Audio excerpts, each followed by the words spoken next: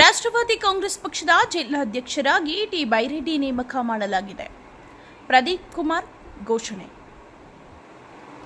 ಅಜಿತ್ ಪವಾರ್ ನೇತೃತ್ವದ ರಾಷ್ಟ್ರವಾದಿ ಕಾಂಗ್ರೆಸ್ ಪಕ್ಷವನ್ನು ರಾಜ್ಯದಲ್ಲಿ ಬಲಿಷ್ಠವಾಗಿ ಕಟ್ಟಲು ರಾಜ್ಯದ ಎಲ್ಲ ಜಿಲ್ಲೆಗಳ ಅಧ್ಯಕ್ಷರುಗಳನ್ನು ನೇಮಕ ಮಾಡುತ್ತಿದ್ದು, ಕೋಲಾರ ಜಿಲ್ಲಾಧ್ಯಕ್ಷರಾಗಿ ಟಿ ಬೈರೆಡ್ಡಿರವರನ್ನು ನೇಮಕ ಮಾಡಲಾಗಿದೆ ಎಂದು ಪಕ್ಷದ ರಾಜ್ಯಾಧ್ಯಕ್ಷ ಪ್ರದೀಪ್ ಕುಮಾರ್ ತಿಳಿಸಿದರು.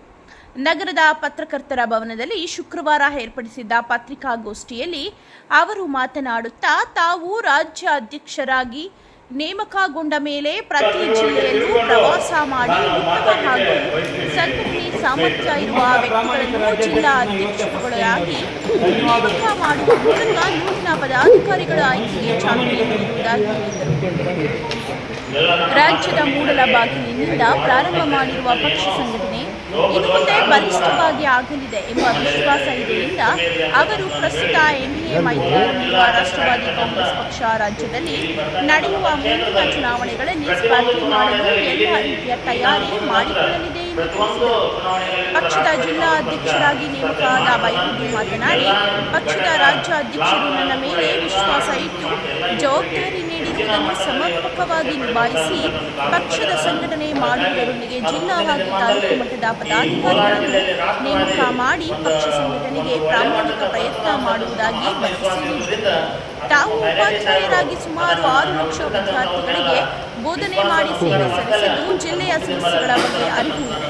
ಇದರ ಬಗ್ಗೆ ಮುಂದಿನ ದಿನಗಳಲ್ಲಿ ಪಕ್ಷದ ಮೂಲಕ ಹೋರಾಟ ರೂಪಿಸುವುದಾಗಿ ಹೇಳಿದರು.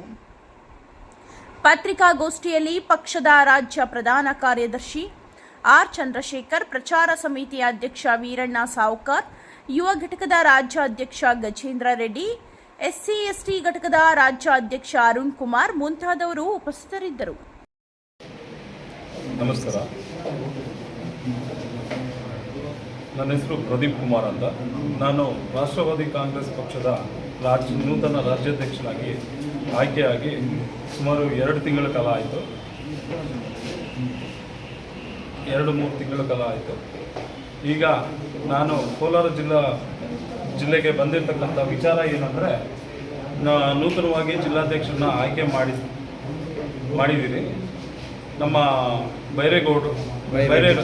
ಬೈರೆಡ್ಡಿ ಅಂತ ಆಯ್ಕೆ ಮಾಡಿದ್ದೀರಿ.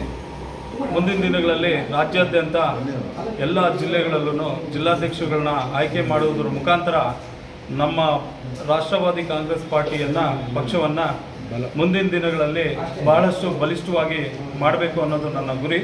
ಹಾಗೆಯೇ ರಾಜ್ಯಕ್ಕೆ ಏನಾದರೂ ಒಂದು ಕೊಡುಗೆ ಕೊಡುವುದು ನಮ್ಮ ಪಕ್ಷದ ಸಿದ್ಧಾಂತ ಅಂತ ತಿಳ್ಕೊಂಡು ನಾವು ಈ ರಾಷ್ಟ್ರವಾದಿ ಕಾಂಗ್ರೆಸ್ನ ನೂತನ ಜಿಲ್ಲಾಧ್ಯಕ್ಷರಾಗಿ ಬೈರೆಡ್ಡಿ ಅವ್ರನ್ನ ಆಯ್ಕೆ ಮಾಡಿ, ಅದು ಕರ್ನಾಟಕಕ್ಕೆ ದೇವಮೂಲೆ ಆಗಿರ್ತಕ್ಕಂಥ ನಮ್ಮ ಕೋಲಾರ ಜಿಲ್ಲೆಯಲ್ಲಿ ಬಂದು ಪ್ರಥಮ ಬಾರಿಗೆ ನಾವು ಜಿಲ್ಲಾಧ್ಯಕ್ಷರನ್ನ ಆಯ್ಕೆ ಮಾಡ್ತಾ ಇದ್ದೀವಿ. ಇದು ಬಹಳ ಸಂತೋಷಕರ ಸುದ್ದಿ ನನಗೂ ಕೂಡ, ನಮ್ಮ ರಾಷ್ಟ್ರವಾದಿ ಕುಟುಂಬಕ್ಕೂ ಕೂಡ. ಮುಂದಿನ ದಿನಗಳಲ್ಲಿ ಬಲಿಷ್ಠವಾಗಿ ಪಕ್ಷ ಸಂಘಟನೆ ಮಾಡ್ಕೊಳ್ತಾ ಹೋಗಲಿ ಅಂತ ನಾನು ಬೈರೆಡ್ಡಿ ಅವ್ರನ್ನೂ ಕೂಡ ಆಶಿಸ್ತಾ ಇದ್ದೀನಿ. ಜೈ ಹಿಂದ್, ಜೈ ಕರ್ನಾಟಕ. ಏನು ಮುಂದಿನ ಯೋಜನೆ ಏನು ಹಾಕ್ಕೊಂಡಿದ್ದೀರಾ ನಮ್ಮ ಪಕ್ಷ ಸಂಘಟನೆ ಜೊತೆಗೆ ಏನು ನಮ್ಮ ಆಕ್ಟಿವಿಟೀಸ್ ಏನು ಮಾಡಬೇಕು ಅಂತಿದ್ದೀರಾ?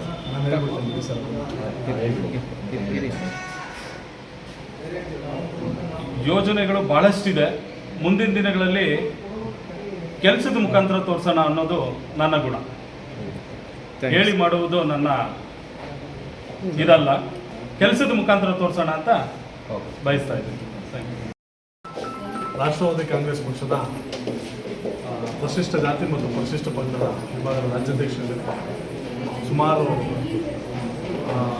12-13 ವರ್ಷಗಳ ಸುದೀರ್ಘ ದಲಿತ ಪರ ಸಂಘಟನೆಗಳ ಹೋರಾಟಗಳು ಮತ್ತು ಹಲವು ರಾಜಕೀಯ ಪಕ್ಷಗಳ ಕೆಲಸಗಳು ಮತ್ತು ಅವೆಲ್ಲ ಸಿದ್ಧಾಂತಗಳನ್ನು ಬದಿಗಿಟ್ಟು ಆ ಪಕ್ಷಗಳ ನಿಯಮ ನಿಬಂಧನೆಗಳನ್ನು ಬದಿಗಿಟ್ಟು ಅಲ್ಲಿ ಶೋಷಿತರ ಮೇಲೆ ಆಗ್ತಿರುವಂತಹ ಒಂದು ಕ್ರಮಗಳೇನಿದ್ದಾವೆ ಆ ಕ್ರಮಗಳ ವಿರುದ್ಧವಾಗಿ ರಾಷ್ಟ್ರವಾದಿ ಕಾಂಗ್ರೆಸ್ ಪಕ್ಷದ ಸಿದ್ಧಾಂತಗಳನ್ನು ಒಪ್ಪಿ ಕಳೆದ 2 ವರ್ಷಗಳಿಂದ ರಾಷ್ಟ್ರವಾದಿ ಕಾಂಗ್ರೆಸ್ ಪಕ್ಷದಲ್ಲಿ ಕೆಲಸ ಮಾಡ್ತಾ ಬಂದಿದ್ದೀವಿ. ಕರ್ನಾಟಕ ರಾಜ್ಯದಲ್ಲಿ ಶೋಷಿತ ಸಮುದಾಯಕ್ಕೆ ಮತ್ತು ಅನ್ಯಾಯಕ್ಕೆ ಒಳಗಾಗಿರುವಂತಹವರಿಗೆ ನ್ಯಾಯ ಕೊಡಿಸೋದಕ್ಕೆ ಯಾವುದಾದ್ರೂ ಒಂದು ಪಕ್ಷ ಇದ್ದರೆ ಅದು ರಾಷ್ಟ್ರವಾದಿ ಕಾಂಗ್ರೆಸ್ ಪಕ್ಷ. ಮುಂದೆ ರಾಜ್ಯಾಧ್ಯಕ್ಷರು ಹೇಳದಂಗೆ 31 ಜಿಲ್ಲೆಯಲ್ಲೂ ಜಿಲ್ಲಾಧ್ಯಕ್ಷಗಳನ್ನು ನೇಮಕ ಮಾಡೋ ಮುಖಾಂತರ ತಾಲೂಕು ಮಟ್ಟಗಳಲ್ಲಿ, ಹೋಬಳಿ ಮಟ್ಟಗಳಲ್ಲಿ, ಗ್ರಾಮ ಮಟ್ಟಗಳಲ್ಲಿ ಪಕ್ಷನ ಸಂಘಟನೆ ಮಾಡೋ ಮುಖಾಂತರ ಕರ್ನಾಟಕ ರಾಜ್ಯದ ಬೆಳಗಾವಿ ಗಡಿ ಭಾಗದಿಂದ ಹಿಡಿದು ಮುಳಬಾಗಿಲು ನಂಗ್ಲಿ ಗಡಿ ಭಾಗದವರೆಗೂ ರಾಷ್ಟ್ರವಾದಿ ಕಾಂಗ್ರೆಸ್ ಪಕ್ಷನ ಸದೃಢತೆಯಿಂದ ಬೆಳೆಸಿ ಗ್ರಾಮ ಪಂಚಾಯತಿ ಲೆವೆಲಿಂದ ಹಿಡಿದು ಸಂಸತ್ ಭವನದವರೆಗೂ ರಾಷ್ಟ್ರವಾದಿ ಕಾಂಗ್ರೆಸ್ ಪಕ್ಷದ ಪದಾಧಿಕಾರಿಗಳು, ಜನಪ್ರತಿನಿಧಿಗಳನ್ನ ಆಯ್ಕೆ ಮಾಡೋ ನಿಟ್ಟಲ್ಲಿ ನಾವೆಲ್ಲರೂ ಕೆಲಸ ಮಾಡ್ತೀವಿ. ಅಜಿತ್ ಪವಾರ್ ಅವ್ರನ್ನ ಮುಂದಿನ ಈ ದೇಶದ ಪ್ರಧಾನಮಂತ್ರಿಯಾಗಿ ಘೋಷಣೆ ಮಾಡೋವರೆಗೂ ನಾವು ಕೆಲಸ ಮಾಡ್ತೀವಿ, ಅವ್ರ ಜೊತೆ ನಿಂತಿರ್ತೀವಿ ಅಂತೇಳಿ ಈ ಮುಖಾಂತರ ನಾವು ಕೋಲಾರ ಜಿಲ್ಲೆ ದೈವ ತುಂಬಿರುವಂಥ ಜಿಲ್ಲೆ ಮತ್ತು ಎಷ್ಟೋ ನಾಯಕರನ್ನ ಹುಟ್ಟಾಕಿರುವಂಥ ಜಿಲ್ಲೆ. ಹೆಸರು ಹೇಳ್ಕೊಳ್ತಾ ಹೋದರೆ ಸಂವಿಧಾನ ಕರಡು ಸಮಿತಿ ಸದಸ್ಯರು ಟಿ ಚೆನ್ನಯ್ಯನವರು ಹುಟ್ಟಿದಂಥ ನಾಡು.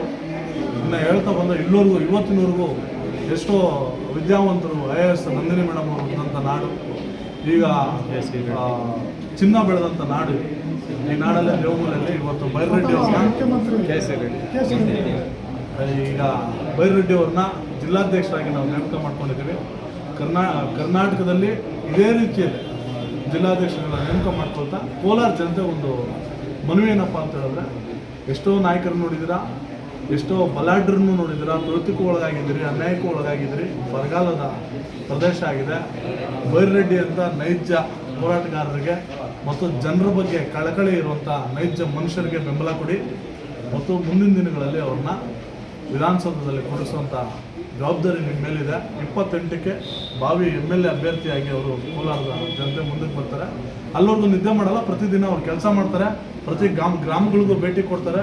ಗ್ರಾಮಗಳಲ್ಲಿ, ತಾಲೂಕುಗಳಲ್ಲಿ, ಹೋಬಳಿಗಳಲ್ಲಿ ಏನೇ ಸಮಸ್ಯೆ ಇದೆ ನೇರವಾಗಿ ಬೈರರೆಡ್ಡಿ ಅವ್ರನ್ನ ಸಂಪರ್ಕಿಸ್ಬೋದು. ಹೋರಾಟದ ಮುಖಾಂತರ